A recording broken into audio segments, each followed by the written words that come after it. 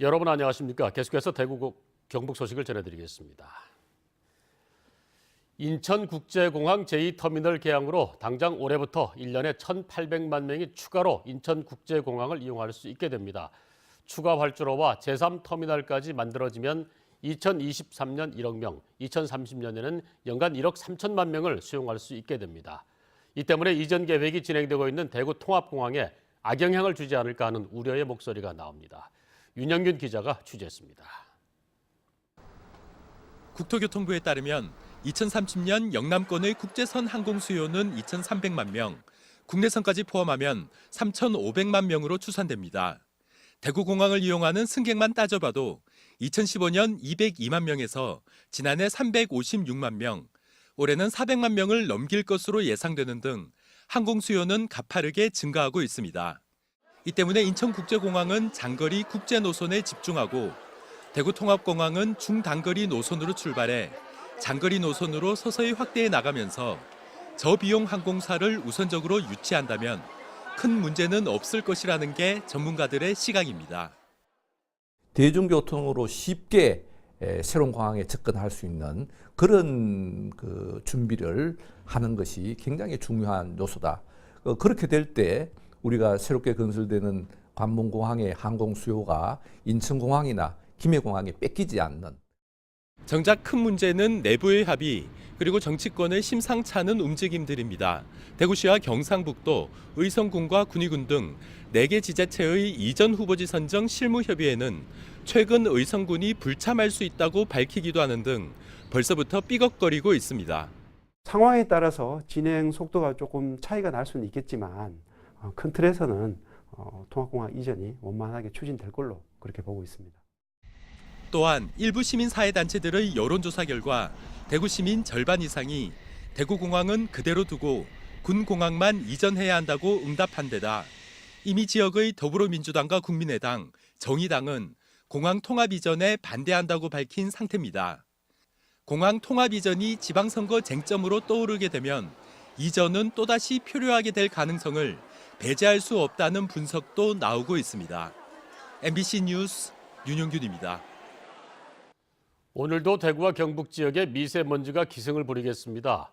오전 8시 현재 대구는 수성구 만천동, 서구 이현동 등 6곳, 경북은 포항, 경산, 김천 등 13곳에서 초미세먼지 농도가 나쁨 수준을 보이고 있습니다. 미세먼지 농도 역시 대구 6곳, 경북 13곳이 나쁨 수준입니다. 오늘 아침 최저기온은 대구 영하 2.5도, 경북은 구미 영하 0.9, 포항 영하 1.2, 안동 영하 3.6도를 기록했습니다. 낮부터는 기온이 올라 대구의 낮 최고 기온은 9도, 경북은 5도에서 10도의 분포로 어제와 비슷하겠습니다. 절기상 대안인 내일과 모레 주말에도 대구 경북 지역은 평년 기온을 웃도는 날이 이어지겠습니다. 경북 지역 각 시군 보건소는 겨울철 식중독을 일으키는 노로바이러스 감염증에 대한 주의를 당부했습니다. 노로바이러스 감염증은 초겨울인 11월부터 다음해 초봄 및 4월까지 주로 발생하고 있는데 올 겨울 들어서도 지난해 대비 22.7%나 증가하고 있다고 밝혔습니다.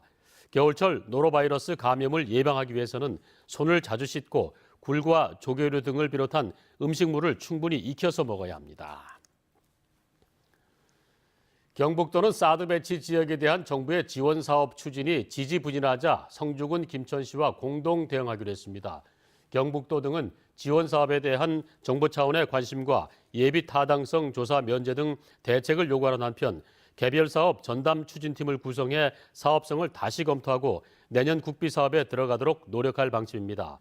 지난해 9월 사드 임시 배치 이후 성주군과 김천시는 정부의 개발 지원 사업을 각 18건과 19건씩 건의했지만 올해 국가 예산에는 성주 4건에 91억 원만 반영돼 지역민들의 반발을 사고 있습니다.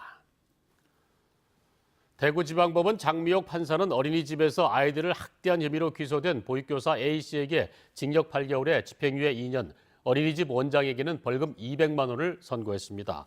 A씨는 지난해 8월 대구 동구의 한 어린이집 보육교사로 일하면서 아이들이 공놀이를 제대로 하지 않거나 잠을 자지 않는다며 얼굴이나 몸을 때리고 벌을 세우는 등의 신체적, 정서적 학대를 한 혐의로 기소됐습니다.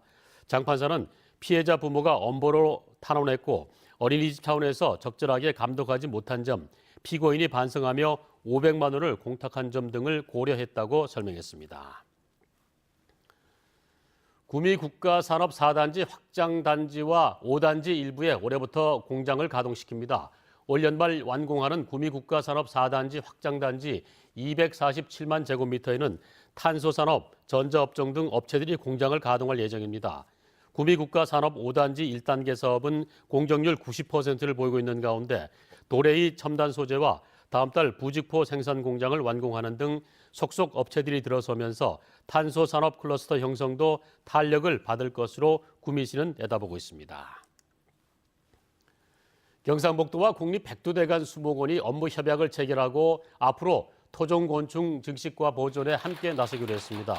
협약에 따라 양기관은 토종 화분 매개곤충의 대량 증식 연구, 서식지 개발과 보존, 전시교육 등에 공동으로 노력하기로 했습니다. 이상으로 930 MBC 뉴스를 마칩니다. 함께 해주신 여러분 고맙습니다.